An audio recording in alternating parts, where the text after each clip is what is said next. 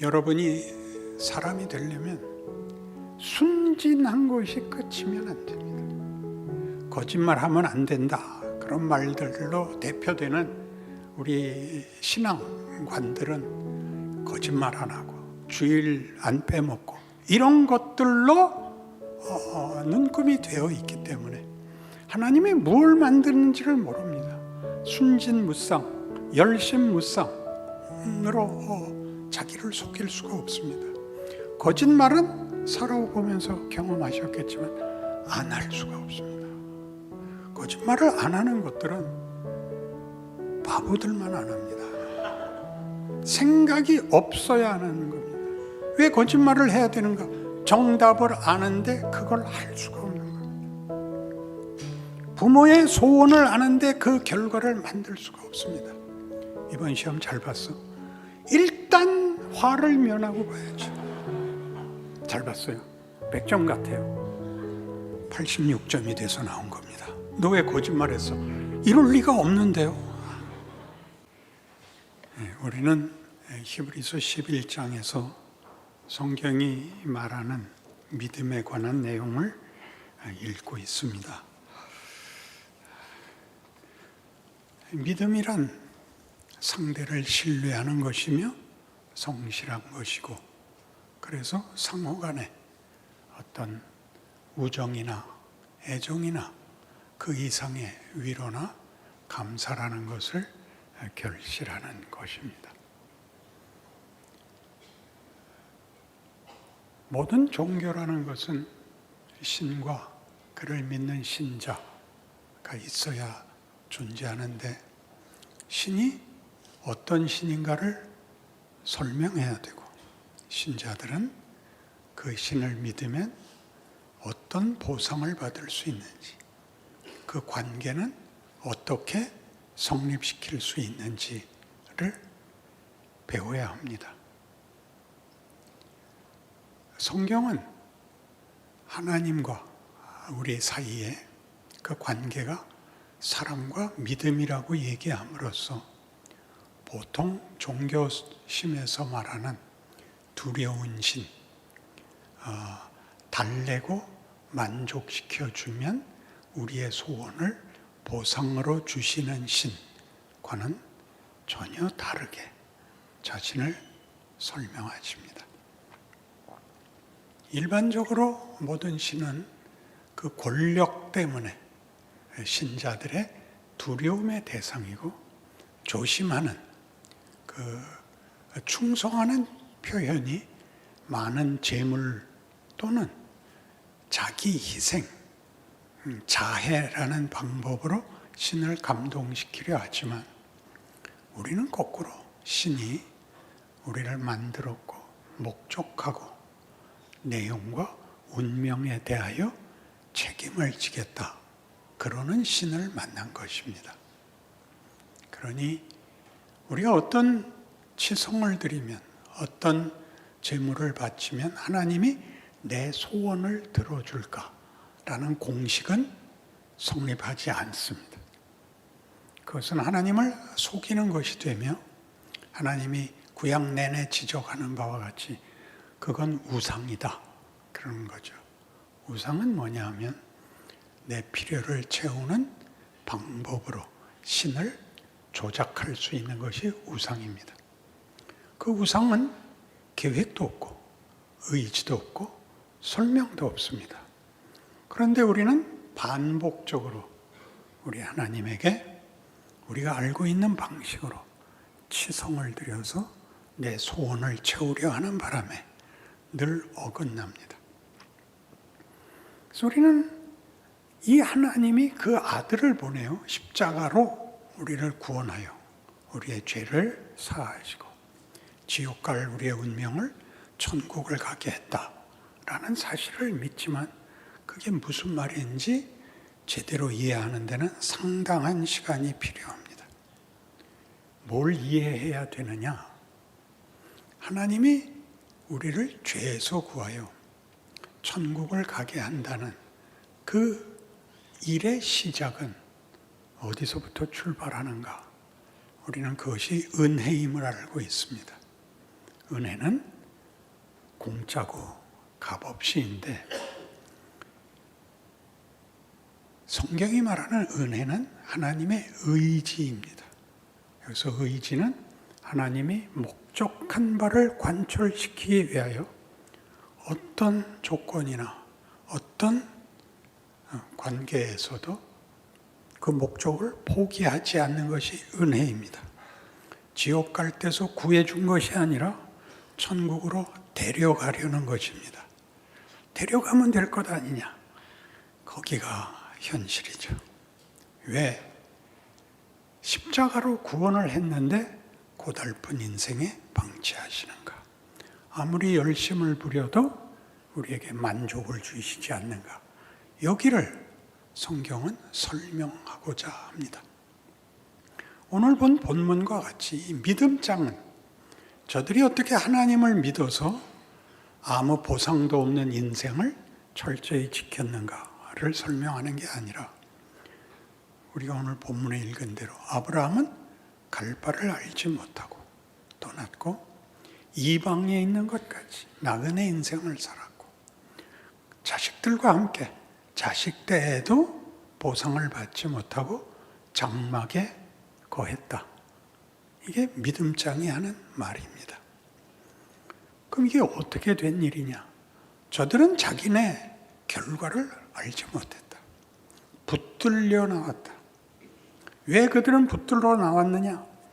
모든 인간이 가지는 작은 소원, 별것 없는 결과물이 되게 하지 않으려고 하나님이 역사에, 인류에 개입하셨다.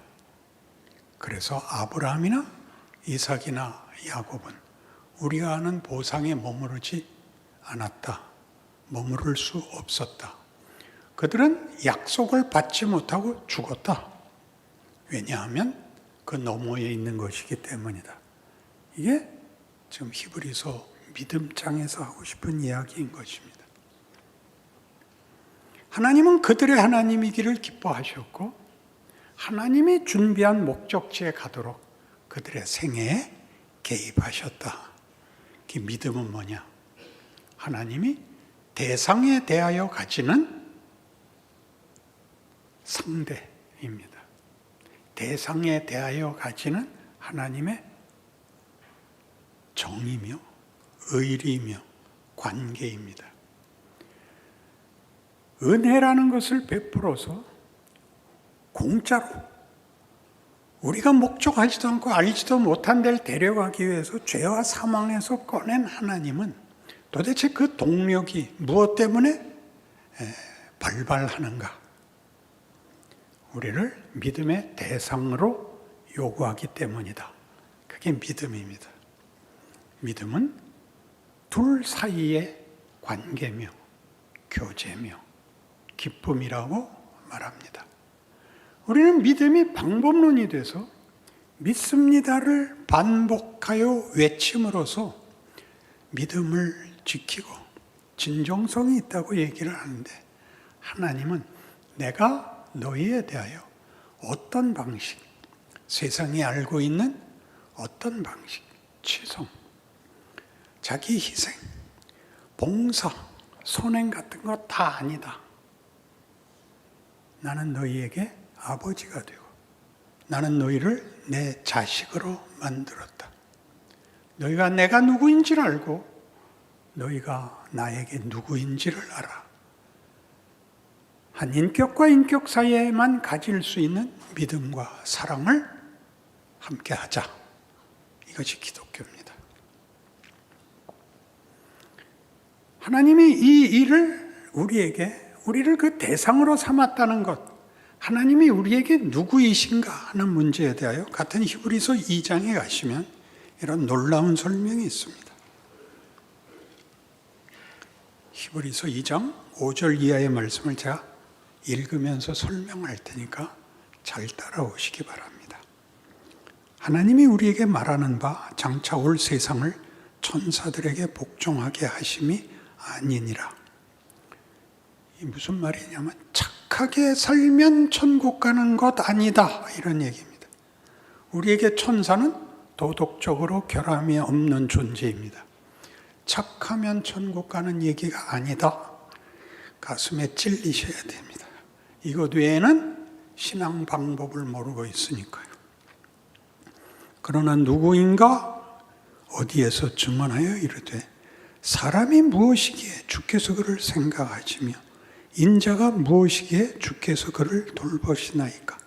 그를 잠시 동안 천사보다 못하게 하시며 영광과 존귀로 관을 씌우시며 만물을 그 발 아래 복종하게 하셨느니라. 이것은 예수 그리스도에 대한 예언을 인용한 것입니다. 그가 우리를 위하여 피 흘려 죽으실 것이고 그것이 하나님에게는 자신의 영광의 증언, 영광의 극치가 된다고 말씀하십니다.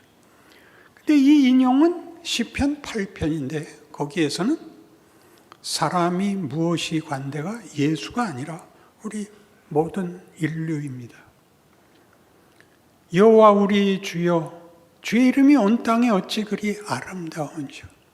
사람이 무엇이길래 하나님께서 우리를 이렇게 깊이 살피사 존귀와 영광으로 관을 씌우셨나이다. 만물을 다스리게 하시며 주의 영광으로 삼으셨으니 여호와 우리 주여 주의 이름을 높이 찬양하나이다. 인간이라는 존재에 대한 구약 성경의 고백입니다. 그러니까 예수를 우리가 높이는 것은 우리를 위하여 속죄하시고 희생하시고 하나님의 지극한 정성의 내용으로만 이해하기 때문에 쩔쩔매고 고마워하고 그래서 구원을 받았다 얘기하는데 훨씬 더 가서 예수에게 나타났던 육신으로 오시고 십자가를 지시고 피를 흘리시고 성자 하나님이 인간과 방불한 혈육이 되심으로 우리 모든 인류에 대하여 그 후에 나오는 바와 같이 계속 읽을게요. 만물을 그 발 아래 복종하게 하셨느니라 하였으니 만물로 그에게 복종하게 하셨은즉 복종하지 않은 것이 하나도 없어야겠으나 지금 우리가 만물이 아직 그에게 복종하지 않는 것을 보고 있으니 오직 우리가 천사들보다 잠시 더 못하게 하심을 입은 자 곧 죽음의 고난받으심으로 말미암아 영광과 존귀로 관을 쓰신 예수를 보니 이를 행하시면 하나님의 은혜로 말미암아 모든 사람을 위하여 죽음을 맛보려 하심이라. 그러므로 만물이 그를 위하고 또한 그로 말미암으니가 많은 아들을 이끌어 영광에 들어가게 하시는 일에 그들의 구원의 창시자를 고난을 통하여 온전하게 하심이 합당하도다. 참 인간이 되셔서 인간의 한계와 인간의 죄를 같이 경험하시고 사망까지 겪으십니다. 그래서 거룩하게 하시는 이와 거룩하게 함을 입은 자들이 다 한 근원에서 난지라. 그러므로 형제라 부르시기를 부끄러워하지 않습니다. 조금 내려가서 12절 볼지어다 나와 및 하나님께서 내게 주신 자녀라. 이렇게 성자 하나님이 우리 인간들과 동일시 됩니다. 이게 무슨 말인지 이해하셔야 됩니다. 하나님은 우리를 이런 신과 신자라는 차별, 권력적 질서 속에서 관계를 맺는 것이 아니라 부모가 자식을 낳듯이 자식에게 하듯이 자식이 부모를 감사하듯이 라는 혈육의 정.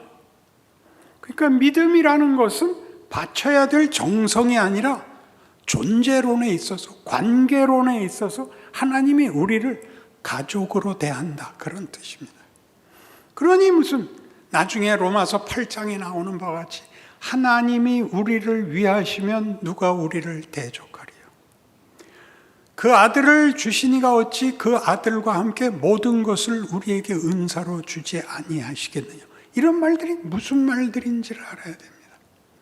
사망이나 생명이나 높음이나 깊음이라 세상의 어떤 피조물이라도 그리스도 예수 안에 있는 하나님의 사랑에서 우리를 끊을 수 없으리라 라는 존재, 우리의 지위, 우리의 신분으로 인해서 하나님은 그 어떤 것도 다 뛰어넘어와 우리를 붙잡으시고 우리에게 채우시고 우리의 완성을 바라시며 기뻐하시며 자신의 영광으로 삼으십니다. 그러니까 우리 이 시리즈를 시작할 때 했던 본문 에베소 1장 3절에서 6절과 같이 마지막 절이 뭐였습니까? 그리스도 안에서 우리에게 거저 주시는 바 그 은혜의 영광을 찬송하게 하려 함이라. 그러니까 하나님이 인간이라는 걸 만들어 놓고 만들면서 가졌던 궁극적인 목적을 포기하지 않으시는 것이죠. 그러니까 히브리서에도 믿음이 뭐냐? 아벨은 하나님 앞에 합당한 제사를 드렸는데 죽임을 당합니다. 그러나 그가 죽음으로 아직도 증거를 하고 있다는 것이죠. 그것은 세상이 가지는 목적과 결과를 넘어서는 것이기 때문에 살아있는 건 복이고 죽은 건 벌이다를 넘어선다고 세상이 가진 규칙을 그냥 뭉개버리시는 겁니다. 이삭은 어떻게 등장을 하죠? 그는 태어날 수 없는 자리에서 태어난 것도 놀라운데 그를 죽이라고 해서 실제로 죽은 자로서 부활하여 죽은 자가 후손을 하늘의 별 같고 바다의 모래같이 한다 라고 말합니다. 하나님이 우리에 대해서는 사망도 어떤 권세도 어떤 잘못도 다 넘어서는 하나님이시오. 우리라는 존재가 하나님 앞에 누구인지를 깨달으라고 하는 것이죠. 우리 잘 아는 영생은 요한복음 17장 3절에서 유일하신 하나님과 그의 보내신 자 예수를 아는 것입니다. 지식을 말하는 게 아니고 안다는 건 혈육의 관계입니다. 그거는 찢어놓을 수 없는, 분리시킬 수 없는, 어떤 것도 장애가 되거나 방해가 될 수 없는 관계, 지위, 하나님 앞에서 우리 존재의 현주소인 것입니다. 이것이 성경이 얘기하는, 기독교가 얘기하는 신앙입니다. 하나님이 누군지를 아는 것인데 그 누군지는 권력과 전지전능의 문제가 아니라 내 아버지인 겁니다. 나를 낳으셨고 만드셨고 목적을 가지셨고 모든 권력을 동원하여 모든 지혜를 다 짜내서 나를 만들고 계십니다. 우리는 이 과정을 겪는 것을 다 싫어합니다. 그것은 못난 것입니다. 여러분이 사람이 되려면 순진한 것이 끝이면 안 됩니다. 거짓말하면 안 된다. 그런 말들로 대표되는 우리 신앙관들은 거짓말 안 하고 주일 안 빼먹고 이런 것들로 눈금이 되어 있기 때문에 하나님이 뭘 만드는지를 모릅니다. 순진무상, 열심무상으로 자기를 속일 수가 없습니다. 거짓말은 살아보면서 경험하셨겠지만 안 할 수가 없습니다. 거짓말을 안 하는 것들은 바보들만 안 합니다. 생각이 없어야 하는 겁니다. 왜 거짓말을 해야 되는가? 정답을 아는데 그걸 할 수가 없는 겁니다. 부모의 소원을 아는데 그 결과를 만들 수가 없습니다. 이번 시험 잘 봤어? 일단 화를 면하고 봐야죠. 잘 봤어요. 100점 같아요. 86점이 돼서 나온 겁니다. 너 왜 거짓말했어? 이럴 리가 없는데요. 뭘 배우죠? 실력이란 만들어 나가야 됩니다. 그리고 그 속에서 뭐가 가치 있는 일인가? 라는 분별이 생겨야죠. 왜 하필 이 긴 시간에 걸쳐서 하는가? 내가 실제로 그렇게 돼야 돼서 시간과 공간, 육체라는 것은 하나님의 특별한 창조물인 것입니다. 우리는 이런 모든 게 싫습니다. 그냥 마음이 편안해지고 머리가 그냥 꽃이 피는 것 같은 그런 건 인간이 아닙니다. 인간이란 울 수 있고 후회할 수 있고 감사할 수 있고 기뻐할 수 있습니다. 어떻게 만들어집니까? 초등학교 가고 중학교 가고 고등학교 가고 대학 가고 군대 가고 숨가쁘게 결혼하고 그리고 자기 마음대로 할 수 있는 인생이 없다는 걸 배워서 뭘 하죠? 혼자 요구하고 자기 거는 자기가 책임지는 독립된 인생을 살 수 없다는 걸 배웁니다. 자기 주장, 남을 해치지 않고 나도 방해받지 않고는 현실적으로 불가능합니다. 우리는 원치 않는 결과를, 원치 않는 불편을 느껴야 합니다. 거기서 뭘 배우죠? 참을 수 있게 됩니다. 넘어갈 수 있게 됩니다. 용서할 수 있습니다. 잘못했다고 고백해야 됩니다. 이런 것들이 인간이라는 존재의 진정한 내용물이라 말이죠. 왜 늘 한 사람뿐이냐 이거예요. 여러분들은 저는 모르겠는데요. 그런 표정이죠.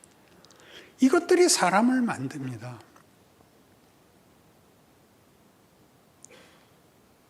유아 독전이 되고 양심에 걸리는 것이 아무것도 없는 상태로 가려고 하는 것은 하나님의 생각과 얼마나 다릅니까?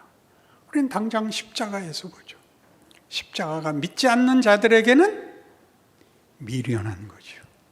믿는 우리에게는 하나님의 지혜요 권능이니라. 하나님이 다 쏟아부으십니다. 하나님이 우리를 위하여 죽을 수 있습니다.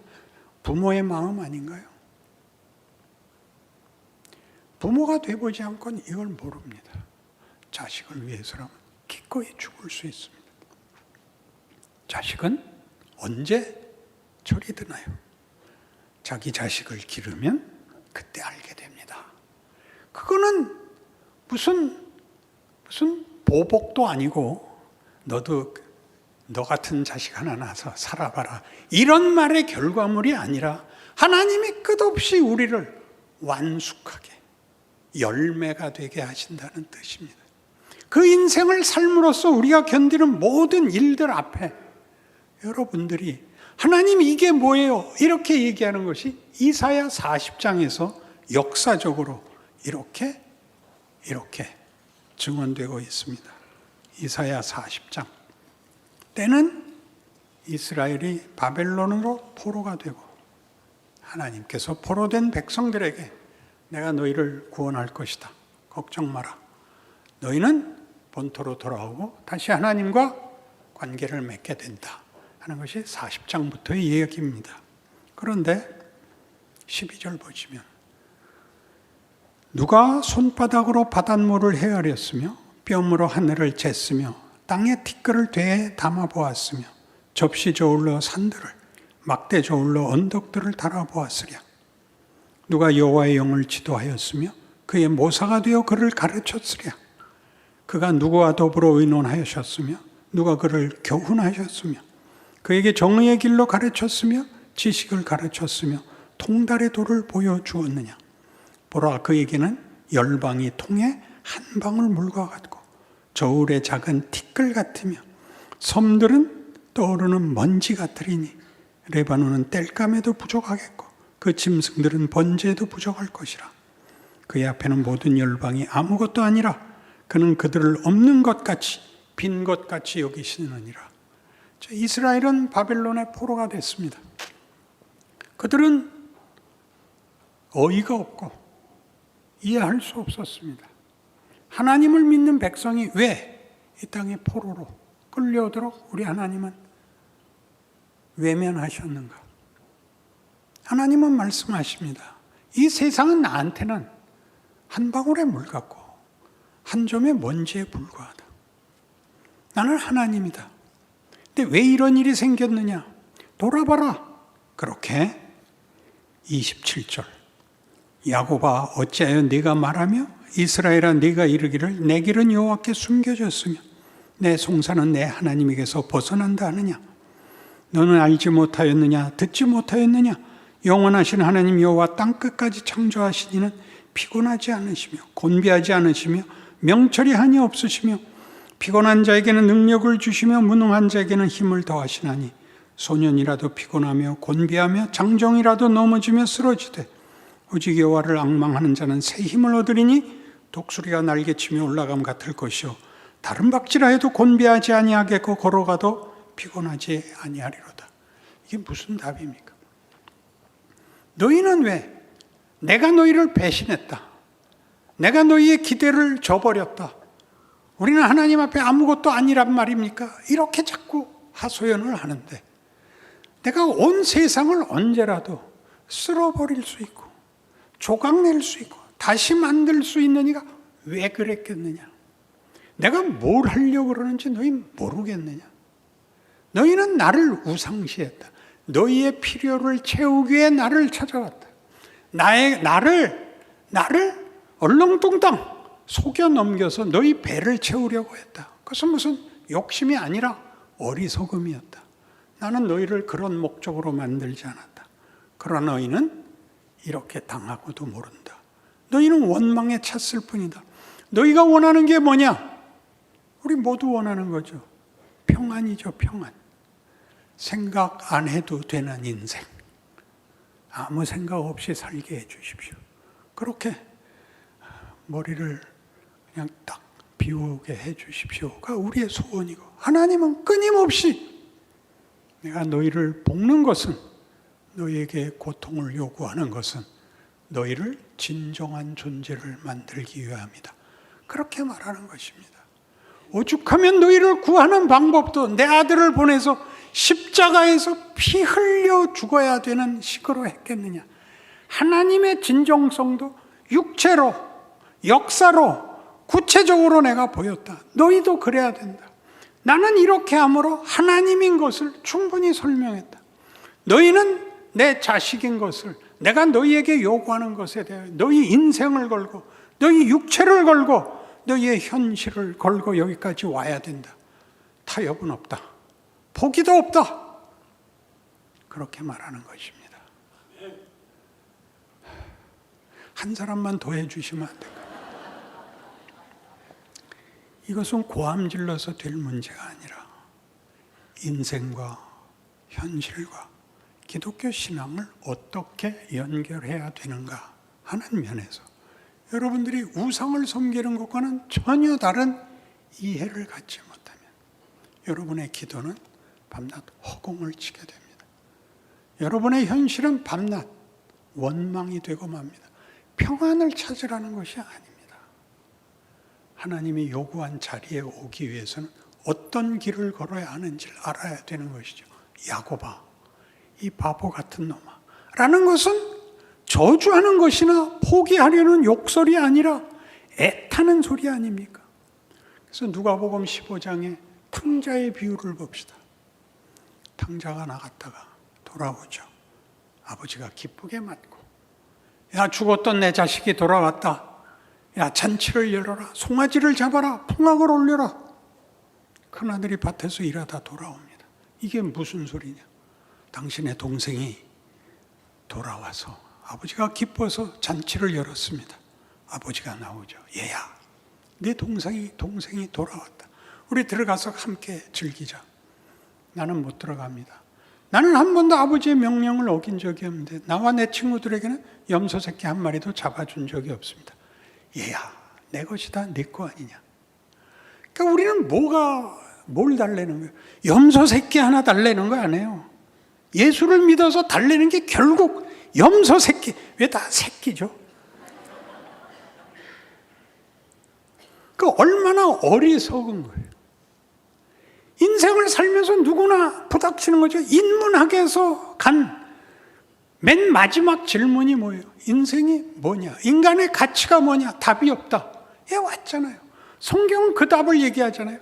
하나님이 가진 하나님과의 가장 긴밀한 교제, 대상, 믿음과 사랑의 대상. 염소 새끼나 주시죠. 그러니까 이제 우리 교회 암호는 염소 새끼입니다. 여러분의 인생을 여러분이 예수를 믿는다는 고백이 여러분에게 승리가 되도록 여러분이 제대로 된 신앙을 발동하셔야 됩니다. 기도하십시다. 하나님 아버지, 우리의 소원은 참으로 별것 없습니다. 그런 못난 자리에서 우리를 구원하셨으며 인간의 영광과 운명의 기적을 알게 하셨습니다. 하나님을 아버지라 부르게 하셨으며 예수를 믿는다고 십자가를 사랑한다고 고백해 하셨습니다. 그런 인생의 기적을 우리로 열심히 살아내게 하시옵소서. 남의 입술로 간증을 듣지 말고 내 인생으로 살아내어 나 자신이 영광의 자리에 서는 기적의 인생이 되게 하여 주옵소서. 예수님 이름으로 기도합니다. 아멘.